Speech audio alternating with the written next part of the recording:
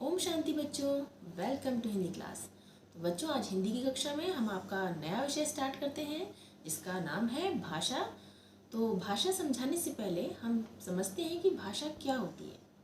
देखिए, हम सब आपस में बातें करते हैं, आप करते हैं, मैं करती हूँ, मैं इस वक्त भी आपसे बातें कर रही हूँ। और जब हम बात करते हैं तो दूसरा हमारी बात को सुनता है, और जब दूसरा बोलता है तो हम उसकी बात सुनते हैं। तो हम बोलकर और सुनकर एक दूसरे की बातों को समझते हैं। ठीक है, तो ये हमारा एक बात समझने का एक तरीका है। तो बच्चों, आप अपनी एक बुक देखेंगे, भाग 1 हिंदी। इसमें देखिए, एक मम्मी है और एक दीपा है। तो इस चित्र में आप देख सकते हैं कि दीपा माँ से बातचीत कर रही है।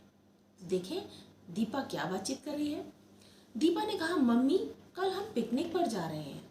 मम्मी ने कहा, अच्छा, कौन कौन जा रहे हैं। दीपा ने कहा, हमारी तो पूरी क्लास ही जा रही है मम्मी। मम्मी कहती है, फिर तो तुम सब बड़े मज़े करोगी। दीपा ने कहा, हाँ, बड़ा मज़ा आएगा मम्मी। देखा आपने, यहाँ पर दीपा और मम्मी दोनों ने आपस में बोलकर और सुनकर एक दूसरे की बातचीत को समझा, जो कि किसी और तरीके से या इशारों से समझाना मुश्किल था। इसके अलावा हम टेलीफोन पर बात करते हैं। अपनी बात दूसरे तक पहुंचाने के लिए आप सब टेलीफोन का यूज़ करते हैं, फ़ोन का, मोबाइल फ़ोन का यूज़ करते हैं आजकल। इसके अतिरिक्त पत्र भी लिखते हैं। हम पत्र लिखकर भी अपनी बात दूसरों को तक समझाते हैं, और दूसरा उसको कैसे समझता है, जब वो उसको पढ़ता है। यानी हम अपनी बात लिख कर समझाते हैं और दूसरा उसको पढ़ता है। तो एक हमारा भाषा का ये रूप हुआ, कैसे, भाषा को लिखना और पढ़ना। इसके अलावा एक और तरीके से हम अपनी बातें समझाते हैं, वो है इशारों से। अब मैं आपके सामने एक इशारा करती हूँ, आप समझिए। आई होप कि आप इसको समझ गए होंगे। मैंने आपसे पूछा, क्या आपने खाना खा लिया। तो मैंने अपने उंगलियों का यूज़ किया इशारा से, और आप बात समझ गए।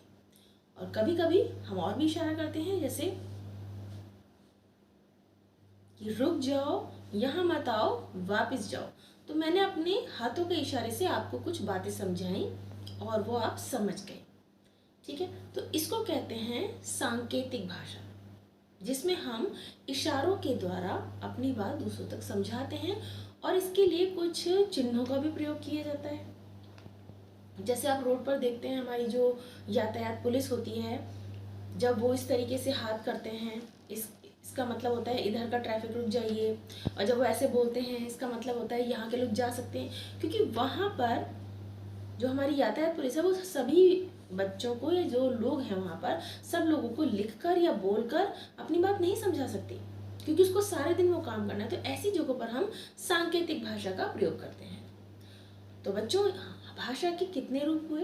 एक है लिखित, जिसमें हम लिखकर और पढ़कर एक दूसरे को अपनी बात समझाते हैं और दूसरे को समझते हैं।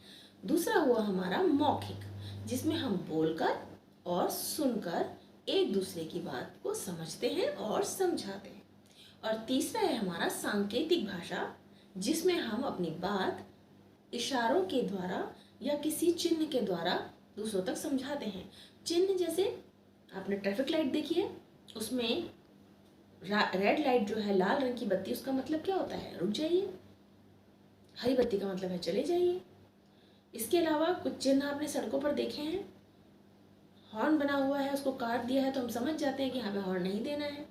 स्पीड कम करने का चिन्ह बना होता है। तो ये सब हमारी भाषा के रूप हैं। अब हम आपको समझाते हैं पेज नंबर 10। बच्चों, इसमें आप देखेंगे, आपका फर्स्ट प्रश्न है, नीचे कुछ चित्र दिए गए हैं, इन्हें ध्यान से देखिए और बताइए कि किन रूपों के चित्र हैं। सबसे पहले ट्रेन जा रही है, ठीक है, और उसमें से यहाँ पर चिन्ह लगा हुआ है ट्रेन के जाने का। तो ये हमारी क्या भाषा हुई, सांकेतिक भाषा।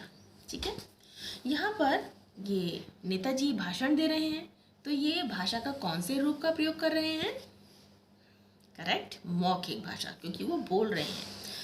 यहाँ पर हमने क्या बताया था, सांकेतिक भाषा, क्योंकि ट्रेन के लिए यहाँ पे चिन्ह का बोर्ड लगा है। अब यहाँ पर अध्यापिका, जैसे हम आपको पढ़ाते हैं बोर्ड पर लिखकर, तो ये भाषा का कौन सा रूप है, लिखित भाषा। वेरी गुड, ये आप लिखेंगे। प्रश्न 2 पर आएंगे, समझकर लिखिए। जब हम बोलते हैं तो दूसरे उसे क्या करते हैं? ऑप्शन दिया हुआ है, पढ़ते हैं या सुनते हैं? सुनते हैं, करेक्ट। दूसरा है, जब हम लिखते हैं तो दूसरे क्या करते हैं? इसे आप ऑप्शन है, आप खुद से करेंगे। भाषा के रूप में हम सीखते हैं डैश सुनना डैश लिखना, यानी कि बोलना, सुनना, पढ़ना और लिखना। इसके बाद बच्चों नीचे प्रश्न 3 में है, नीचे दिए गए स्थानों में आपको एक एक चित्र बनाना है जो भी आपको भाषा का रूप दिया गया है।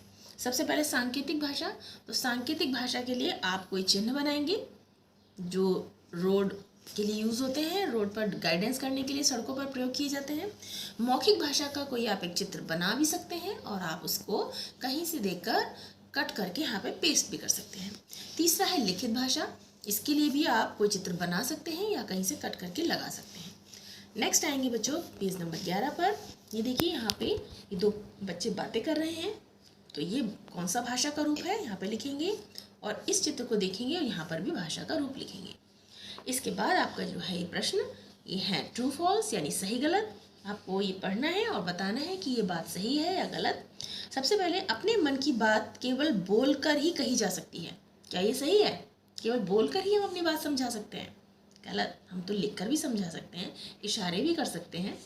नेक्स्ट, भाषा के 2 रूप हैं, इसको हम सही कर सकते हैं क्योंकि सांकेतिक भाषा को इतना नहीं, आप इसको सही कर सकते हैं। वैसे भाषा के 3 रूप होते हैं, ठीक है, तो आप इसको ठीक कर सकते हैं क्योंकि मुख्य रूप से 2 रूप भी माने जाते हैं, लिखित और मौखिक, ठीक है।